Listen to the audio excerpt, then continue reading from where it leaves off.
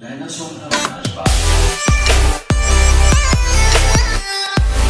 वक्त के साथ साथ पृथ्वी धीरे धीरे ठंडी हो रही थी। शिकार किया करते थे, इसके कारण वे छोटे और तेज होते चले गए।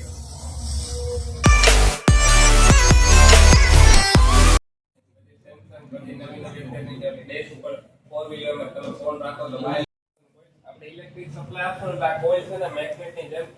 બિહેવ કરશે એટલે આપણે તો આ બે છે ને મેગ્નેટ ટીંગાડેલા છે એટલે મેગ્નેટ છે ને મેગ્નેટ ને એટ્રેક્ટ કરશે દેખાય છે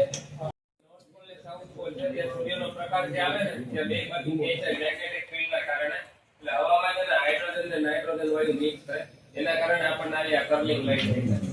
આ કેનેડા છે નેધરલેન્ડ છે નોર્વે છે ત્યાં બધા આપણને આવી લાઈટ દેખાય છે મહિનામાં 2-3 વાર ચાલો આવું ટેબલ છે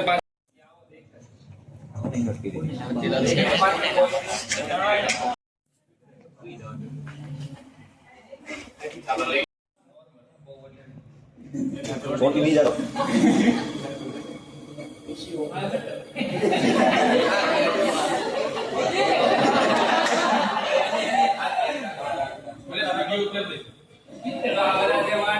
ऊपर नहीं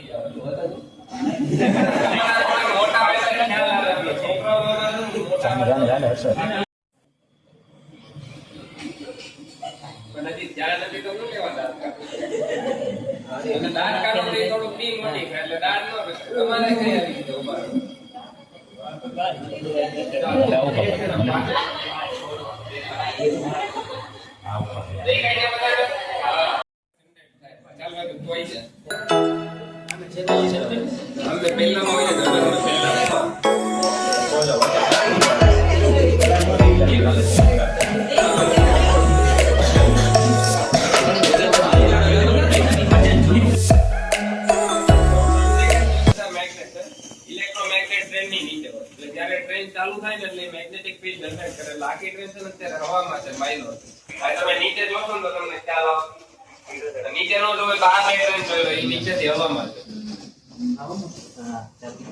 અને જાપાનમાં છે ને ટ્રેનની સ્પીડ 650 કિલોમીટર/અવર છે પરંતુ હજી સુધી પણ ઉકેલાયો ગોળો છે જીવનની ઉત્પત્તિ।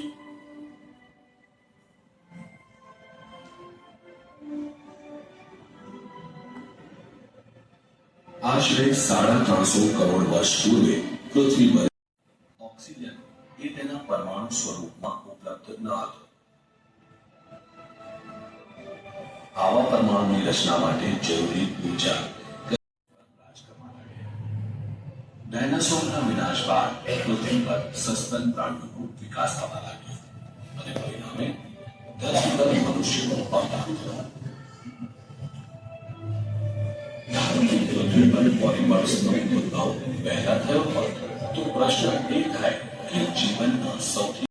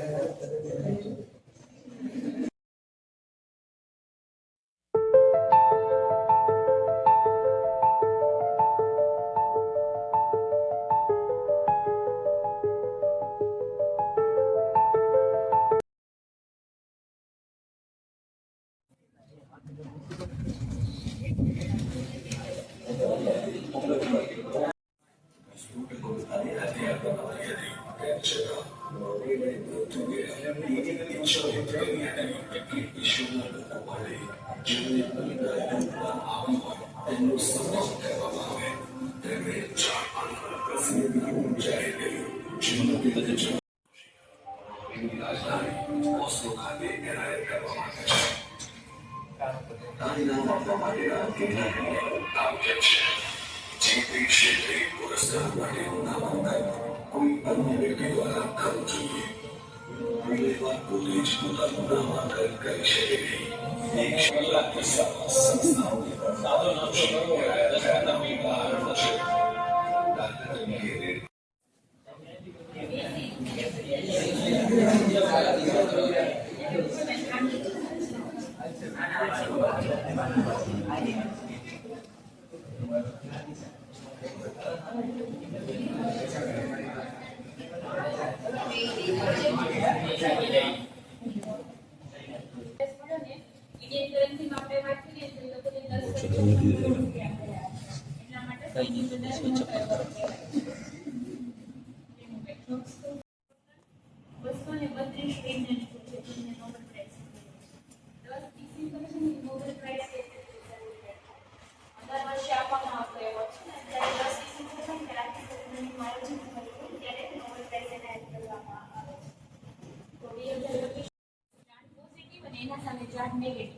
પોઝિટિવ અને નેગેટિવ માટે છે ને આરએસ ફેક્ટર હોય જો આપણા બ્લડની અંદર હાજર હશે તો આપણે એને પોઝિટિવ કહીશું અને જો ગેરહાજર હશે તો નેગેટિવ કહીશું 85% લોકો એવા હોય કે જેમનું બ્લડ ગ્રુપ આપણને પોઝિટિવ જોવા મળે છે બરાબર 15% લોકો જેવા હોય કે જે નેગેટિવ બ્લડ ગ્રુપ ધરાવતા હોય બરાબર એમાં પણ એવું આપણે જે બ્લડ ગ્રુપ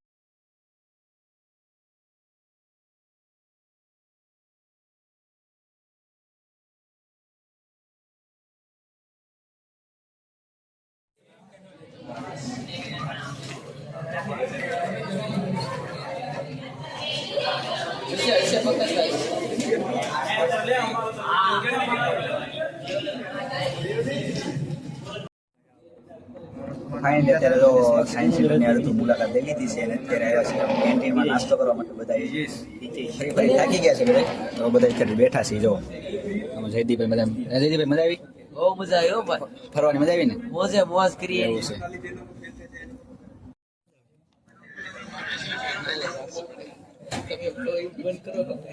આ બધું आज से करोड़ों साल पहले 60 डिग्री के तापमान से उबर रही थी या जिस जगह पर आप बैठे हैं वो जगह लाखों सालों तक बर्फ से ढकी हुई थी ये दोनों बातें सच हैं इस 15 मिनट की वीडियो के अंदर आप पृथ्वी के 450 करोड़ साल के सफर को दबने लगी इस दौरान बादलों में स्थित धूल के कण दबाव और गर्मी के कारण बड़े उल्कापिंड और पत्थरों में परिवर्तित हो चुके थे और इसी बीच में हाइड्रोजन और हीलियम इकट्ठा होने लगे बीच के इस भयंकर दबाव के कारण एक विशाल विस्फोट हुआ और इसी विस्फोट के कारण हमारे सूर्य सेल्सियस की तापमान पर उबलते हुए द्राविका उबल रही थी वो सारी चीजें जिसे आज आप अलग अलग नाम से जानते हैं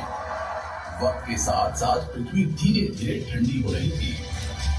जिसके कारण पृथ्वी के भारी तत्व जैसे धातु और रेडियो एक्टिव पदार्थ पृथ्वी के केंद्र में जाकर इकट्ठा हो गए और हल्के पदार्थ पृथ्वी की सतह पर आ गए लाखों सालों तक करोड़ों सालों तक इन उल्कापिंडों की बरसात होती रही और धीरे धीरे पृथ्वी की ऊपरी सतह पानी से ढकने लगी वैज्ञानिकों के मुताबिक यही वो वक्त था की वजह से गर्म हो रहा था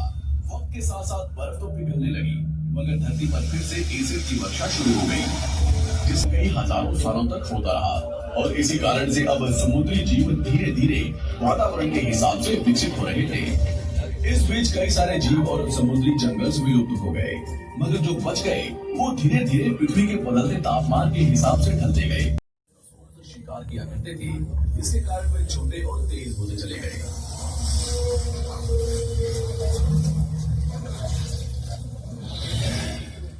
पृथ्वी की ऊपरी जमीन एक जगह इकट्ठी होने के कारण તો ફાઇનલી તો આપણે સાયન્સ સેન્ટરનો મુલાકાત આખી લઈ લીધી આખું બધું ફરી લીધા છે નાસ્તો બાસ્તો કરીને હવે જાય છે નીકળીએ છીએ આમાં જયદીપભાઈ બધા મોલમાં છે તો કાં જયદીપભાઈ ફૂલે ફૂલ મોલમાં છે તો ફાઇનલી નીકળીએ છીએ અહીંથી હવે રિક્ષાને કરીને જઈએ છીએ ફરીથી તરફ હોસ્ટેલે ત્યાં જઈને હવે મળીએ પાછા કેવી છે હોસ્ટેલનો માહોલ બધું ના જઈને તમને બતાવીશું તો મળીને આજે ચલો